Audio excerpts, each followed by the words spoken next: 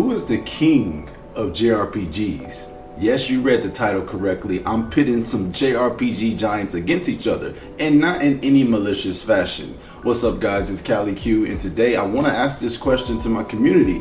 Now, I went ahead and already asked this question on my community tab post, where I was asking you guys if you think Atlus is the current king of JRPGs because of their consistency and their huge major releases, all having critical acclaim and good sales numbers. Now, for me, the golden age of JRPGs is that late 90s to mid 2000s point, and Squaresoft or Square Enix was clearly on top, or the authority, when it came to JRPGs. Obviously, they have huge franchises like Final Fantasy, or some of my personal childhood favorites like Brave Fencer Musashi, Chrono Cross, and even Kingdom Hearts. There was just no wrong that Square Enix Squaresoft could do.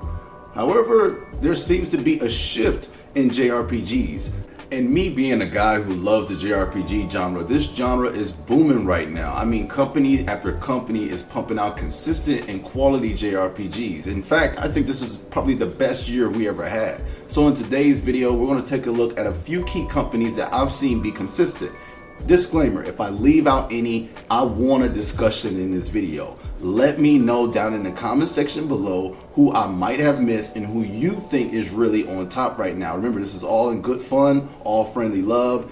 At the end of the day, we as JRPG fans are eating. So let's take a look at a couple of companies that I've personally seen be a little bit consistent when it comes to their quality and their output in this modern age of JRPGs. Guys, and if you could do me a huge favor, I'm trying to hit 5,000 subs by the end of the year. So if you love JRPG and discussion content like this, man, go ahead and hit that button. What are you waiting for, all right? So I want to start with the company that really inspired this video, and that is Atlus. So looking at their last couple of years and their body of work, we have Metaphor Refantazio, we have Shin Megami Tensei, we also have things like Persona 3 Reload and Persona 5, of course. Now this company, as of the last, I would say maybe like, let's just go 6 to 10 years, right? I don't want to go back too far with this video. We're not looking at the entire history. I'm just talking about the modern JRPG scene.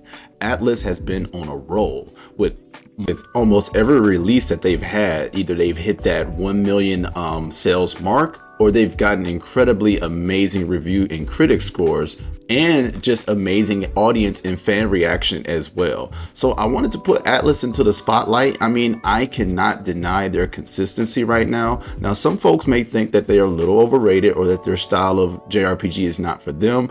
Certainly, I can relate to that because I'm not the hugest Atlus fan. But what I will do on this video is say I respect their work ethic. I respect how, in my opinion, they do kind of have that JRPG scene on their back. They are responsible for introducing so many new fans to this genre in such a cool, urban, and modern way. So you have to have Atlus in this conversation when it comes to who is wearing the crown of JRPGs on their back right now. You gotta give Atlus their due, and even if they're not for you, you gotta put some respect on this name. So we're throwing Atlus in on here. Just looking at their body of work for the last couple of years, and it is quite impressive, especially with Metaphor Refantazio being a brand new IP and hitting that 1 million sales mark. So let's throw Atlus on there. Next, if you want to talk output and consistency, we got to look at Nihon Falcom. I hope I said that right. I mean, we have the Trails into the Sky remake coming out next year. We also had East Nordics, which I'm currently playing right now. The Legend of Heroes Trails through Daybreak 2. The Legend of Heroes. I mean, this company is so active. I mean, you also have the Cold Steel games in there. Look at that track record: 23, 22, 2020, 2019, 2018. Their output and consistency for their fans is honestly almost unmatched. Now, I realize that they may not have to use as many assets, and they reuse assets more so than probably other companies. But as long as these games are different games and they're giving the fans what they want, you certainly have to respect the output of this company. I mean, I feel like Daybreak 2 was announced before I even played the first one's demo. So with that type of consistency alone, you have to give them a notice on this list. And that's why I wanted to make this video, because I wanted to spotlight some of these JRPG companies.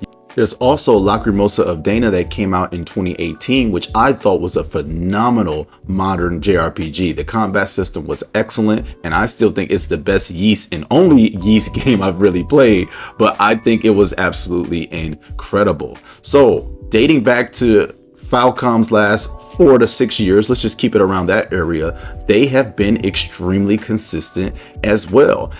Now, to be honest, I don't think their sales numbers quite reach the numbers of Atlus, but you have to admire that it must be selling well in order for them to keep pumping out these games. Also, when it comes to reviews, they're also reviewed pretty well. I see majority of these games land somewhere in the 80 to 85 mark, which is still astounding. That's amazing. There's nothing wrong with 80 critic score on either OpenCritic or Metacritic. It's just amazing how they can pump out so many of these games and still be consistent. So you have to respect this as well. And they are also part of what prompted me to make this video, because I'm just like, these two companies alone that I've mentioned so far, Atlus and Falcom, man, they are really carrying it for us JRPG fans right now. I mean, they are putting in the work. So shout out to Falcom, man. Let's go ahead and check out the next company I have on this list.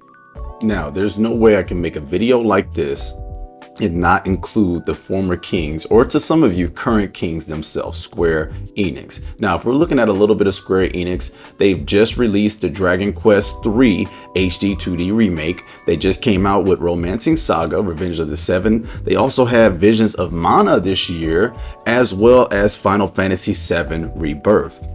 Now, going back a little bit further, there's Final Fantasy VII Ever Crisis. We also have a couple of Dragon Quest in here. And then we also have Star Ocean, the Second Story R, which came out last year. So as you can see from their Wikipedia page here, Octopath Traveler 2, Square Enix is still those guys. Okay, they're still on the money. They're still that company. It's just maybe for some folks, they've had a few stinkers like the Divine Force and maybe Valkyrie Elysium. So maybe because their output is vast and there's a couple big stinkers here and there, maybe people think that they're not on the top anymore. But you have to give Square Enix the credit as well. Where I get on Square Enix is things like how they handled the Chrono Cross remaster. I thought it was pretty lazy. There's also Kingdom Hearts 3 that came out, you know, a couple years back now, if we're being honest as well. And that wasn't up to my standard of the first two games. But Square Enix is still in this thing, y'all. And I feel like, I don't think they are still the Square of old, clearly, in my personal opinion. I don't think so. Some of you may disagree, and that's totally fine. But this is not the Square that made me fall in love with JRPGs. Like I mentioned at the beginning of the video, Brave Fencer Musashi, Chrono Cross, they were just so willing to try so many different things. And sometimes that's what it takes to be a pioneer. But you have to respect the authority and the quality that Square Enix continues to put out even into the 2020s. Now, some of you might be like, but Callie, your 2023 JRPG of the year was Star Ocean, the Second Story R.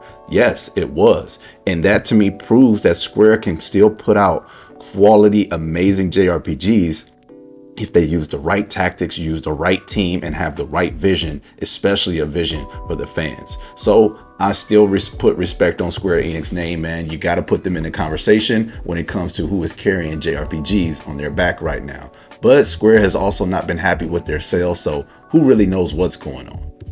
Now, I also want to mention Monolith Soft because I feel like they also have to be in the conversation as well, because there's a ton of Xenoblade Chronicle fans and fandom out there. So they have been consistent as well. I don't really know that much about this particular company, but I think it'll be a disservice if I didn't include them at least in the video and in the discussion of a company that's just continually pumping out quality JRPG after JRPG. Now, in my video, I tried to do it with companies that are producing more than just one franchise of a game. So that's why I have them kind of at the back of the video here. But I know Xenoblade is huge, so I got to go ahead and throw it on here for the sake of just including it in on the conversation. Well, let me know, what do you guys think? Who is the current king of the JRPG genre? Once again, this is one of the best era timelines we've ever been in when it comes to JRPGs. So I just say bring them all on. I can't wait for 2025 and all the collections. SUIKODEN HD, Lunar coming back. Man, this is the best time to be a JRPG fan. Thank you for watching the video. Thank you for supporting the channel. I'll see y'all on the next one, man. Let's go ahead and have a discussion. All right, I'm out of here. Peace.